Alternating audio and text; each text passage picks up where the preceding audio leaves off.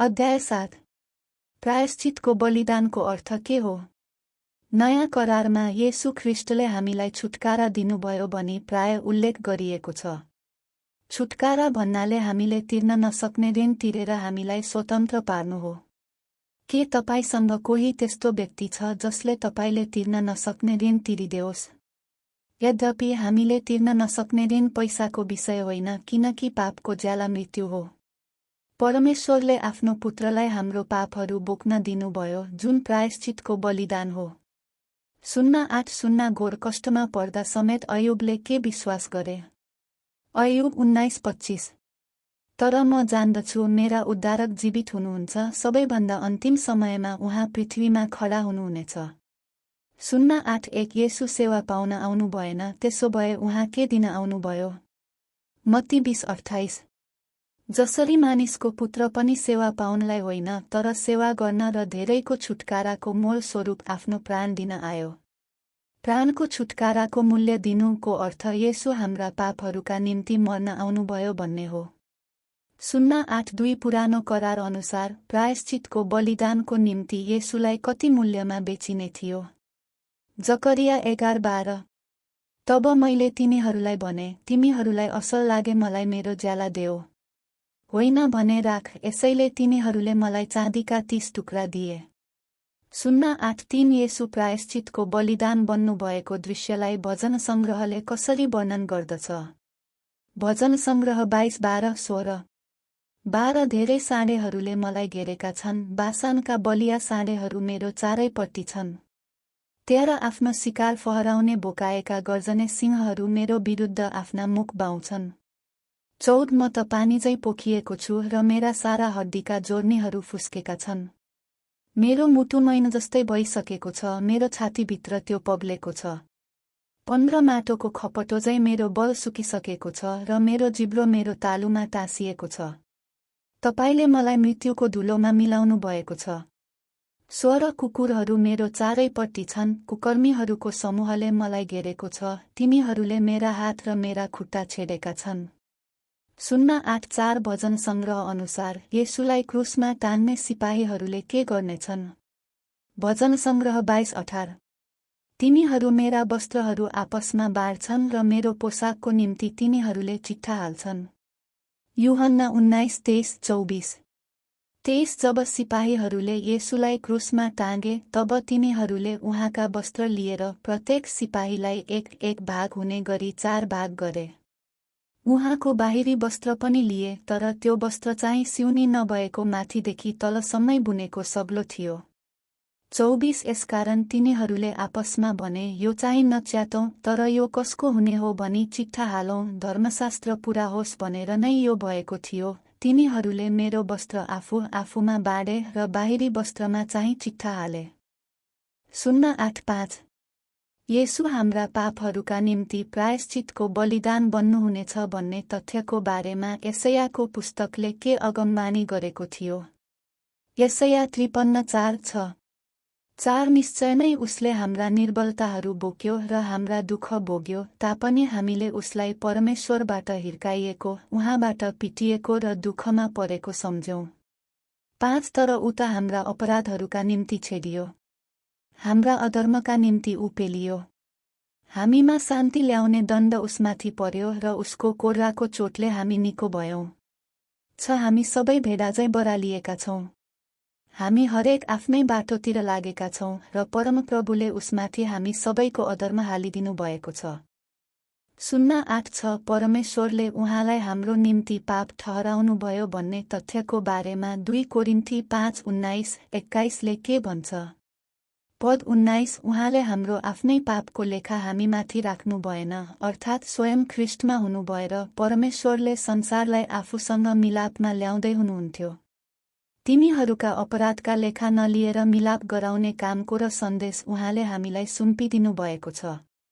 पद 21 पापै नजान्नुहुनेलाई परमेश्वरले हाम्रो निम्ति पाप ठहराउनु भयो। क्रुसमा भएको कुरा यही हो, किनकि हामी उहाँमा परमेश्वरको धार्मिकता बन्न सकौँ भनेर पाप नचिन्नुहुनेलाई परमेश्वरले हाम्रा खातिर पाप बनाउनु भयो।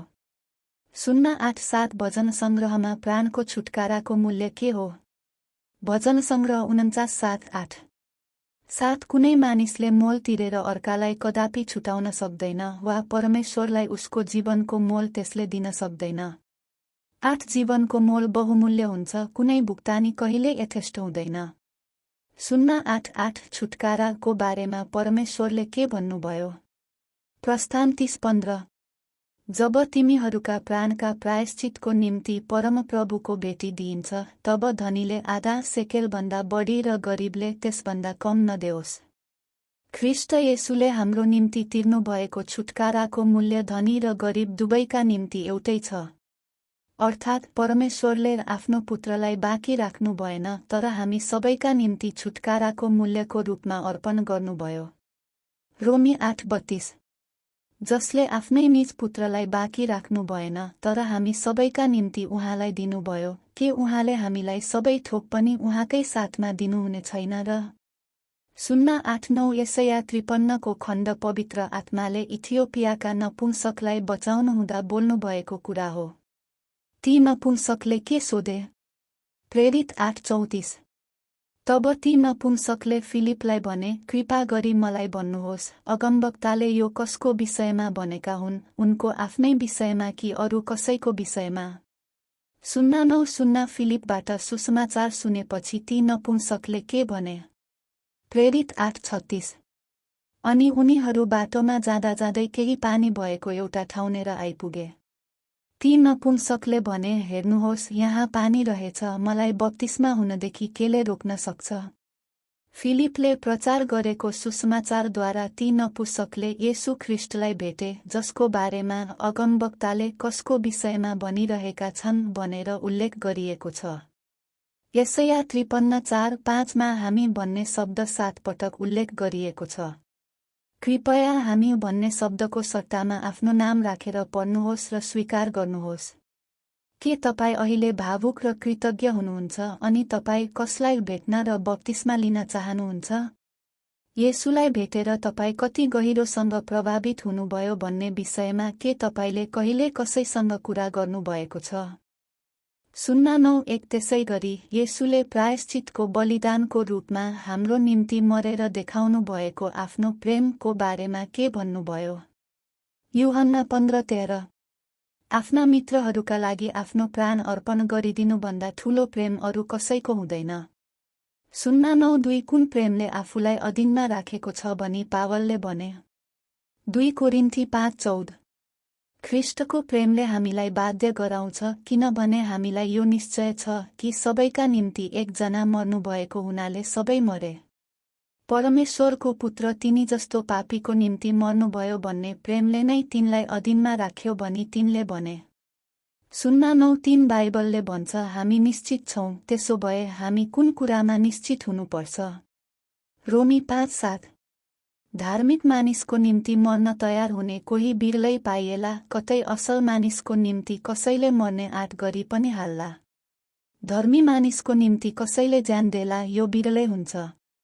हुन त असल मानिसको निम्ति कसैले ज्यान दिने आँट गर्ला। तर परमेश्वरको पुत्र म जस्तो पापीको निम्ति मर्नुभयो भनी बाइबलले हामीलाई सोच्न लगाउँछ। परमेश्वरको पुत्रद्वारा दिइएको सुसमाचारको बारेमा तपाईँ आफूलाई कतिको सम्झाउनुहुन्छ? सुसमाचार भनेको प्रायश्चितको बलिदान बन्नुभएको ख्रीष्ट हुनुहुन्छ। 09:4 हामी बाँच्न सकौँ भनेर ख्रीष्ट हाम्रो तर्फबाट मर्नुभयो भनेर यसले कस्तो प्रकारको जीवन भन्छ? 2 कोरिन्थी 5:15। उहाँ सबैका निम्ति मर्नुभयो ताकि बाँच्नेहरू अब उसो आफ्नै निम्ति बाँच्ने होइन, तर उहाँको निम्ति बाँचुन्, जो तिनीहरूका खातिर मर्नुभयो र फेरि जीवित पारी उठाइनुभयो। यो सत्य प्रायश्चितको बलिदान बन्नुभएको ख्रीष्ट हो।